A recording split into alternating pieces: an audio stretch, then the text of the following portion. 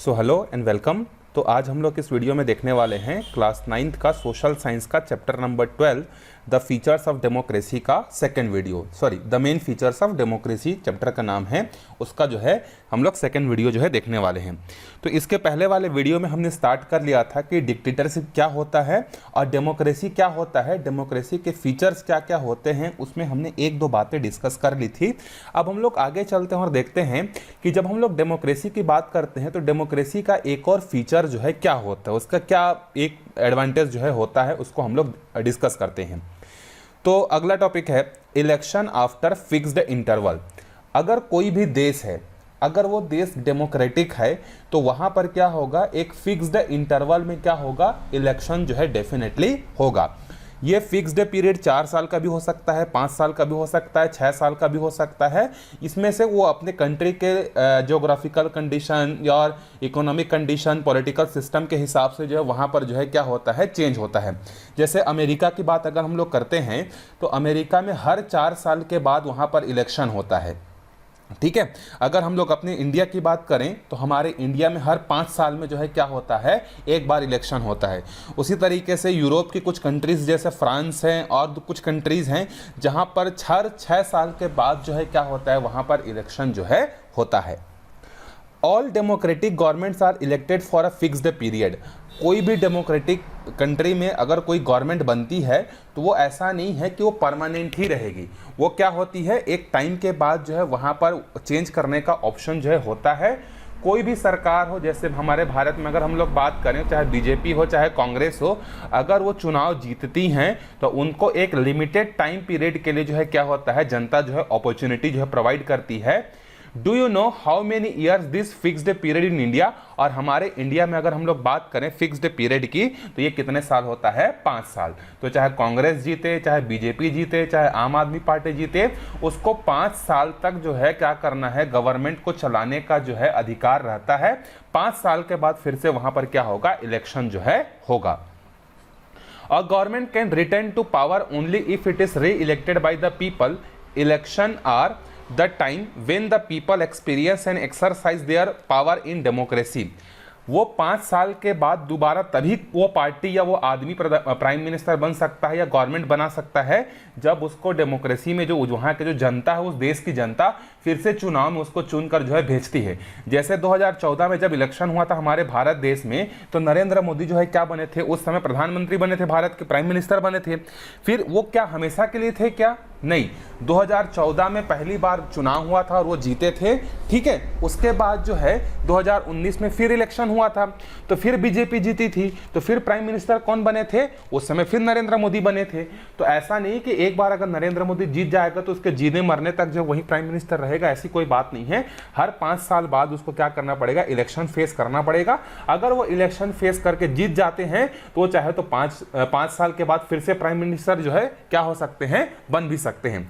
अभी रिसेंटली जैसे 2024 में इलेक्शन हो रहा है, अगर मान लो बीजेपी को जो है क्या होता है, बहुत ज्यादा सीटें मिल जाती हैं, मेजोरिटी मिल जाती हैं, तो फिर से क्या होगा, प्राइम मिनिस्टर बीजेपी से ही कोई बनेगा। नरेंद्र मोदी भी बन सकते हैं तीसरी बार अगर जीतेंगे तो यहां पर ऐसा होता है कि चुनाव जीतोगे तभी आप प्राइम मिनिस्टर जो है हमारे इंडिया में दोबारा बन सकते हो।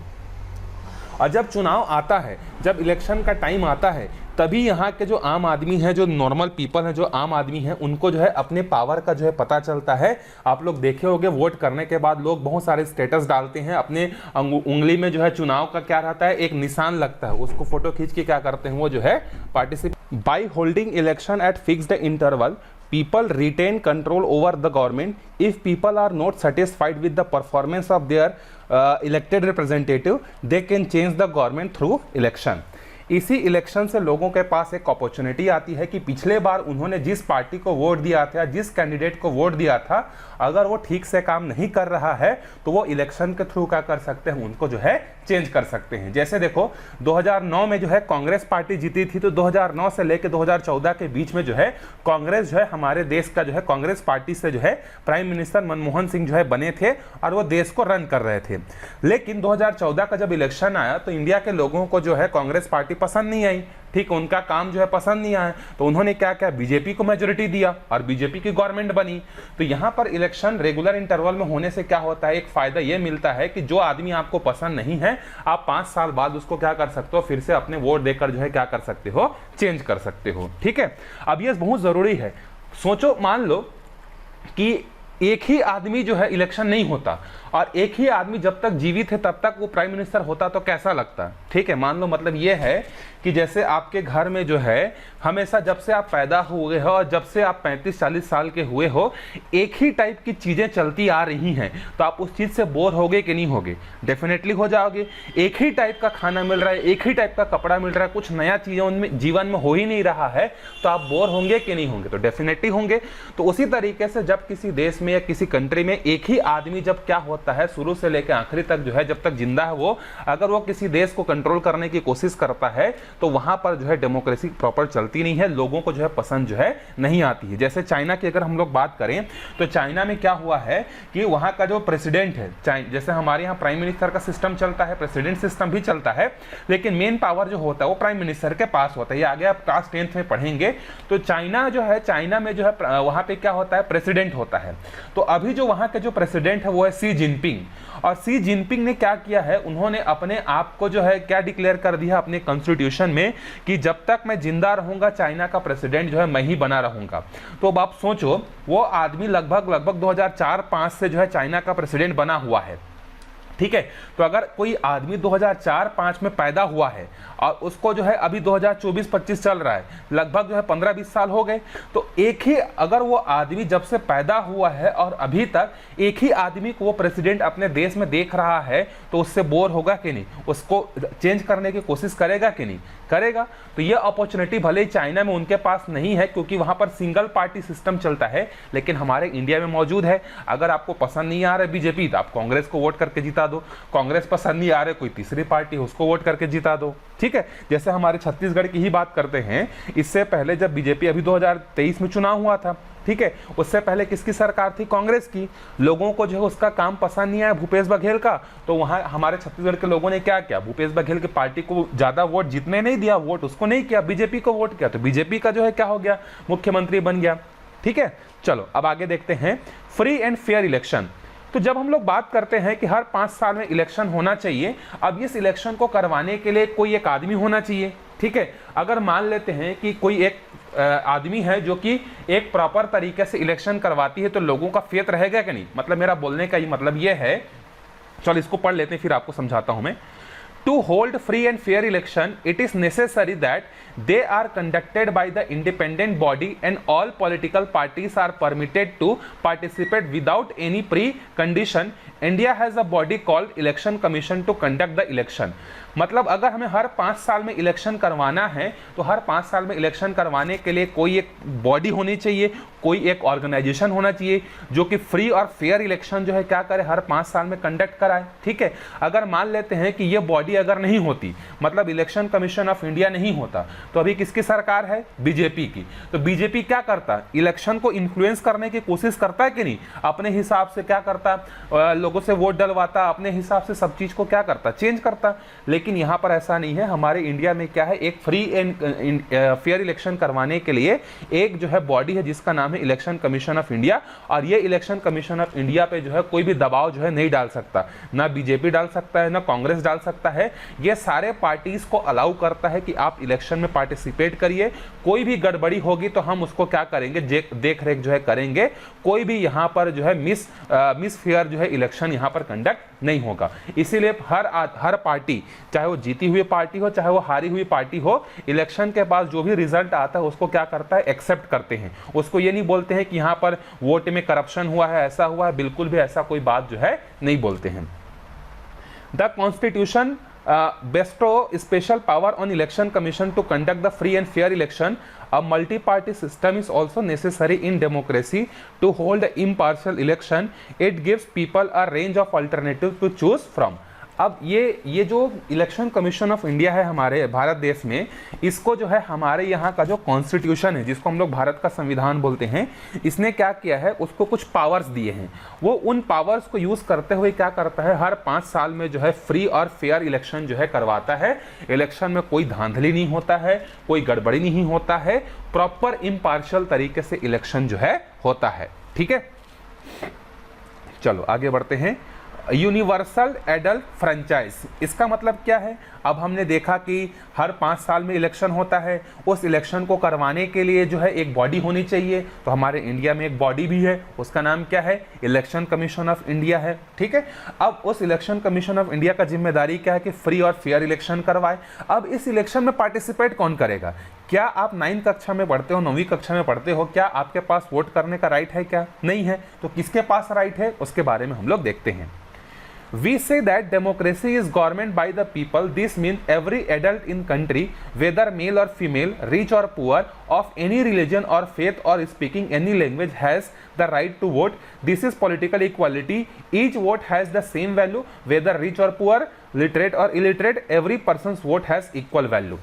जब हम लोग यूनिवर्सल एडल्ट फ्रेंचाइजी की बात करते हैं तो इसका मतलब क्या है कि उस देश में रहने वाले जो भी एडल्ट लोग हैं, एडल्ट लोग मतलब क्या होता है, जिनका उम्र या तो 18 साल है या 18 साल के ऊपर है, चाहे वो अमीर हो, चाहे वो गरीब हो, चाहे वो कोई भी रिलीजियस को फॉलो करते हो, कोई भी लैंग्वेज को फॉलो करते हो, मेल हो फीमेल हो, जिसका भी उम्र 18 या 18 साल से ज़्यादा है, उसको वोट देने का जो है राइट है। और सबका जो वोट का जो वैल्यू है वो क्या है, बराबर है।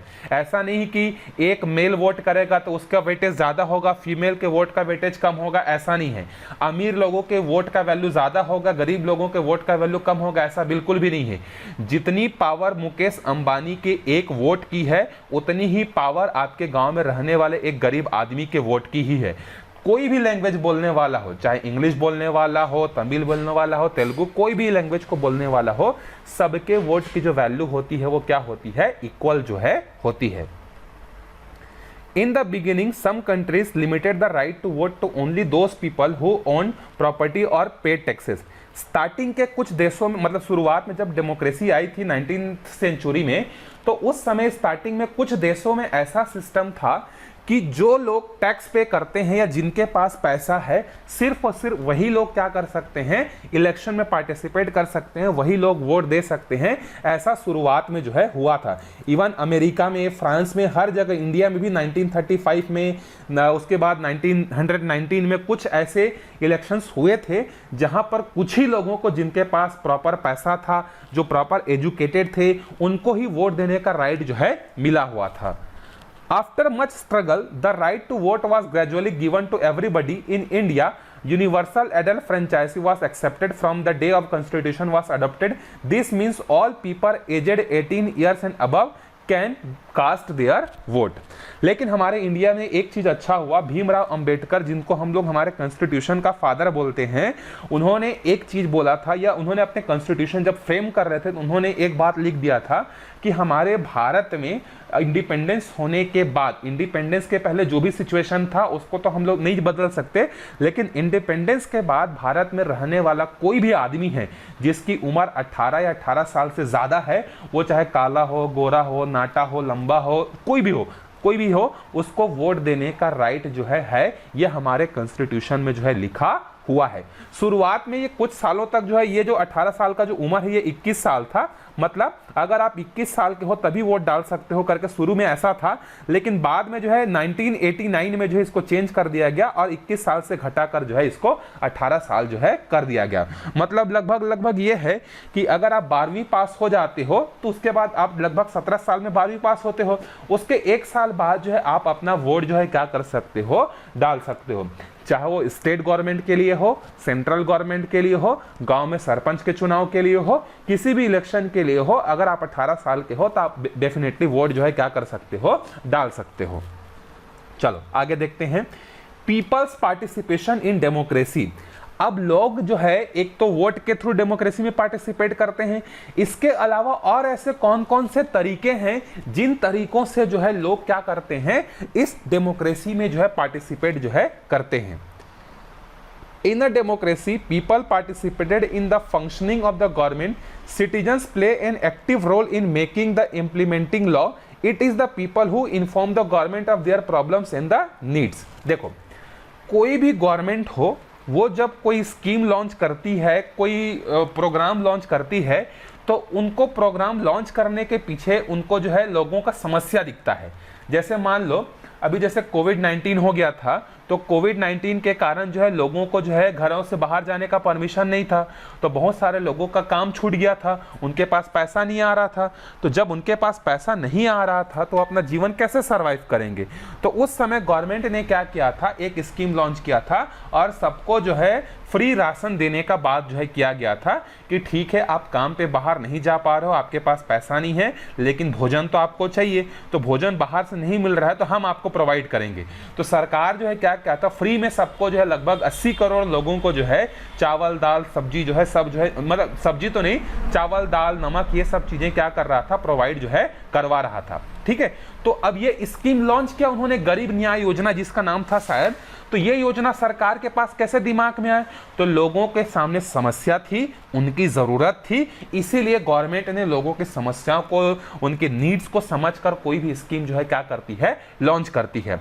अब मान लो ये जो स्कीम जो इन्होंने लॉन्च किया, मान लो ये लोगों को पसंद नहीं आता, तो लोगों को अगर पसंद नहीं आ रहा तो वो प्रोटेस्ट भी जो है क्या कर सकते हैं, आराम से सरकार के अगेंस्ट जाकर बोल सकते हैं कि आप जो भी स्कीम जो लॉन्च कर रहे हो वो हमारे फेवर में नहीं है, आप इसको वापिस लो करके जो है वो क्या कर सकते हैं, प्रोटेस्ट भी जो है कर सकते हैं।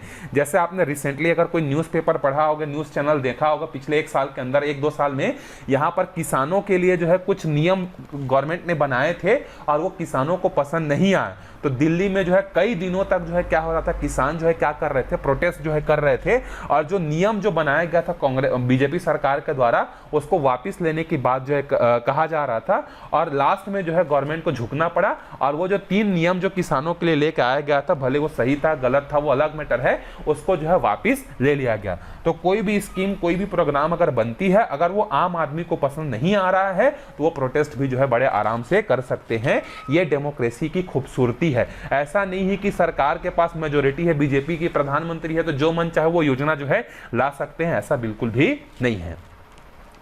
Before a policy is formulated, it is widely discussed among the people.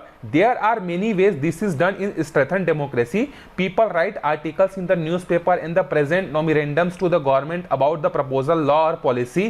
They participate in the discussion on television, on internet. अब देखो, जब भी कोई नई योजना आती है तो वो नई योजना सरकार फाइनल करने से पहले जो है कई सारे स्टेप्स जो है गुजरता है। जैसे लोगों के बीच में जाता है, जैसे सरकार जो है क्या करती है, न्यूज़पेपर वगैरह में छापती है कि हम इस तरीके का एक नया योजना लाने के बारे में जो है क्या कर रहे हैं, सोच रहे हैं, इसके बारे में आप सबकी क्या राय है। तो जैसे मान लेते हैं वो गवर्नमेंट ये चाहती है कि 10वीं का जो बोर्ड एग्जाम है जिसमें 40% से कम लोग जो लाएंगे वो फेल हो जाएंगे, ऐसा मान लो एक योजना जो है गवर्नमेंट बना रही है। अब वो पेपर में छपेगा कि भारत देश की जो गवर्नमेंट है वो एक नया रूल लाने वाली है जिसमें अगर किसी आदमी का 10वीं में 40% से कम अगर होता है वो फेल हो जाएगा। अब इसके बारे में लोग सोचेंगे कि क्या सही में 40% से कम लाने वाला आदमी के पास कोई टैलेंट नहीं होता है, क्या उसको फेल करना सही है या गलत है।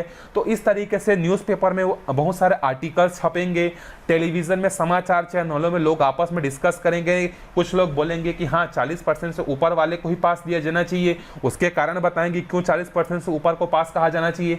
कुछ लोग होंगे जो बोलेंगे नहीं 33% को पास का क्राइटेरिया माना जाना चाहिए, वो अपना कारण बताएंगे। तो जब भी कोई पॉलिसी आती है ना तो उसके फेवर में और उसके अगेंस्ट में बहुत सारे डिस्कशन होते हैं। ये डिस्कशन न्यूज़पेपर में होते हैं, न्यूज़ चैनल में होते हैं, सोशल मीडिया में होते हैं, ट्विटर में होता है, फेसबुक में होता है, इंस्टाग्राम में होता है, अलग अलग जगह जो है क्या होते हैं, लोग जो है पार्टिसिपेट करते हैं। और फाइनली जब आधे से ज़्यादा लोगों को लगता है कि हाँ ये स्कीम सही है तो गवर्नमेंट फिर उसको लोकसभा में पास करवाती है, राज्यसभा में पास करवाती है, फिर प्रेसिडेंट उस पर साइन करते हैं और फाइनली वो रूल जो है बन जाता है।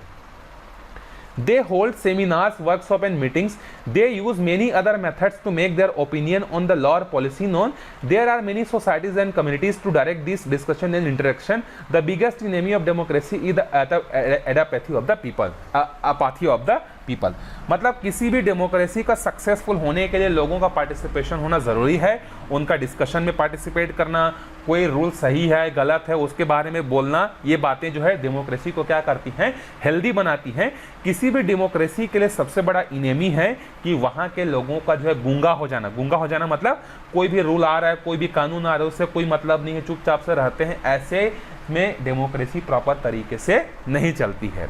ठीक है, तो आई होप मैं आपको धीरे धीरे इजी लैंग्वेज में समझाने की कोशिश कर रहा हूं, क्योंकि 8वीं के बाद जब 9वीं में आते हैं तो अचानक से थोड़ा बड़ा बड़ा टर्म्स यूज़ होने लगता है, सिलेबस थोड़ा सा वास्ट हो जाता है। तो मैं कोशिश कर रहा हूं आपको बड़े आसानी से समझाने का। अगर फिर भी आपको कोई दिक्कत अगर आती है, समस्या अगर आती है, तो आप बताइएगा कमेंट करके, मैं और ईजी लैंग्वेज में एग्जाम्पल्स के थ्रू आपको बताने की कोशिश जो है करूँगा। तो मिलते हैं अगले वीडियो में, तब तक के लिए बाय बाय।